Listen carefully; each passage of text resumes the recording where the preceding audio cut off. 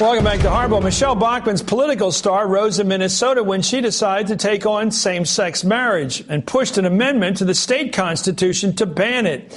Now she'd like everyone to ignore all that, but gay rights groups say they intend to put Bachmann's views on gays and her husband's views front and center in the 2012 presidential race. Richard Socarides is a friend of mine. He's president of Equality Matters, and R. Clark Cooper is executive director of Log Cabin Republicans. Gentlemen, thank you for joining us.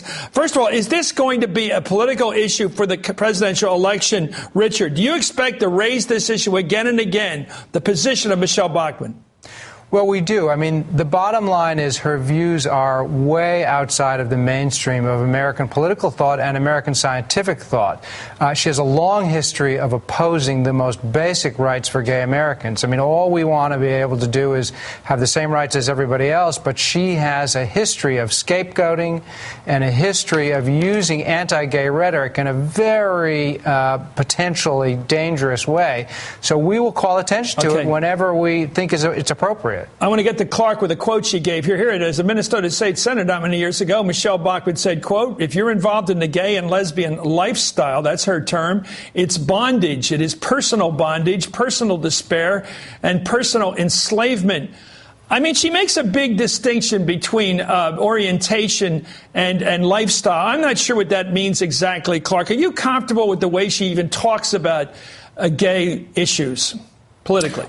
Well, for starters, it's orientation, it's not lifestyle. But the point was made in many areas about electability. So it doesn't matter where you stand on the political spectrum. Just pragmatically looking politically, her position regarding the gay community does put her at a fringe even within the Republican Party. I'm not the only conservative Why is she strategist. so anti-gay? Well, that's Clark? a good question. That's a good question. Why is anybody anti-gay? Obviously. But it's an obsession with her in terms of her politics. It seems to be more than just winning votes. I don't know how many votes she can win on it, first of all. That's certainly problematic in the most conservative areas. She doesn't. Here's her husband. He also seems to be focused intently on this question of reparative therapy. Here he is talking about homosexuality on a radio show last year. Let's listen in. What do you say when your teenager says she's gay? There's that curiosity.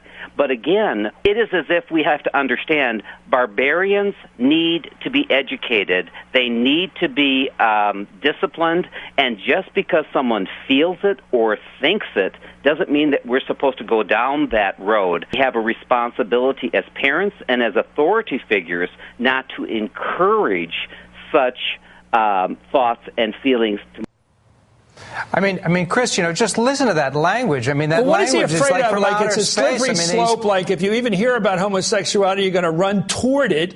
I mean, it seems to me people who are gay. They know it from a fairly early age. They accept it. They try to make the best of it. They live a good life if they can. Obviously, Richard, you know all about this. And this idea that if you hear about it.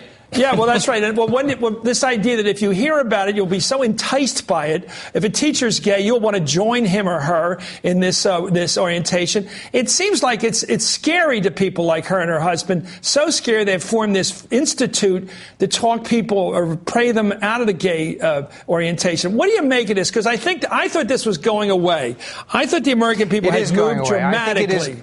I think it is going away, and I think that this is some of this language is a throwback to the old days when anti-gay rhetoric could be used to excite conservative base voters and to excite people about particular candidates. But I think that these scare tactics don't work anymore. This is a very mainstream issue. I mean, in New York, where we got same-sex marriage through just last month. I mean, it was the Republican caucus in the state Senate too. Okay, let's not overstate the overwhelming Republican push for same-sex marriage, Richard. Let's go to Clark on that. Mainstream Republicans who are I know. for Let me give you one example. Bush, Ted Olson. give you some. Yeah, there's some, and you're right. Some. Richard, you're trying to proselytize across the aisle here. Take a look at New York Mayor Clark. I want you in here in a second. But here's Rudy Giuliani cautioning the Republican Party against getting involved in this kind of gay marriage issue. Let's listen to the former mayor.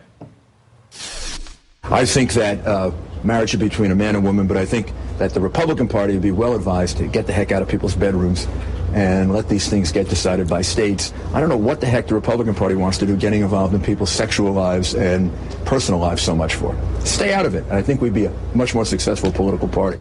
Clark, my dad used to go to bed at night worrying about the national debt, worrying about fiscal response. I do occasionally. I do worry about $14 trillion debts and bigger than our GDP. I'm with Grover on at least the idea of dealing with spending. I wish he didn't want to try to pick the fight on that front. It's his intransigence on the other stuff. But this thing about, are there Republicans in your party that go to bed at night, straight people, worried about gay people? No. Most Republicans Well, then why are worried this about focus spending. here? Why this focus here?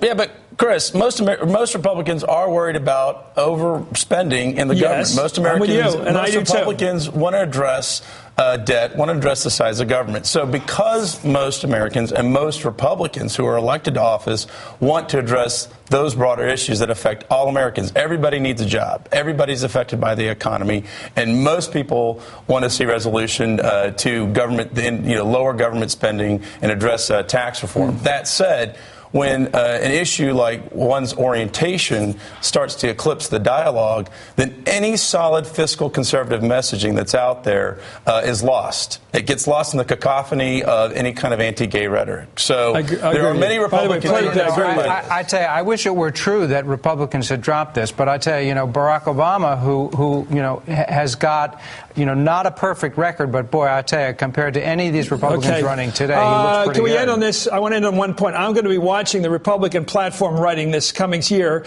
and if it's in there, I'm going to jump on it. If you get rid of it, we'll get rid of it. I'm still thinking the Republican Party, Clark, is still going to jam in something on the sacredness of marriage, and therefore they don't like gays. Anyway, thank you, Clark Clifford. Thank you, Richard Socarides, for coming Cooper, on. By the way, it is being addressed within the party. So, Barack Obama's failed economy, his okay, here you got your his shot position in there. that affects Okay, you got to everybody. go. I'm sorry, Clark, you got your shot in there, and I appreciate that.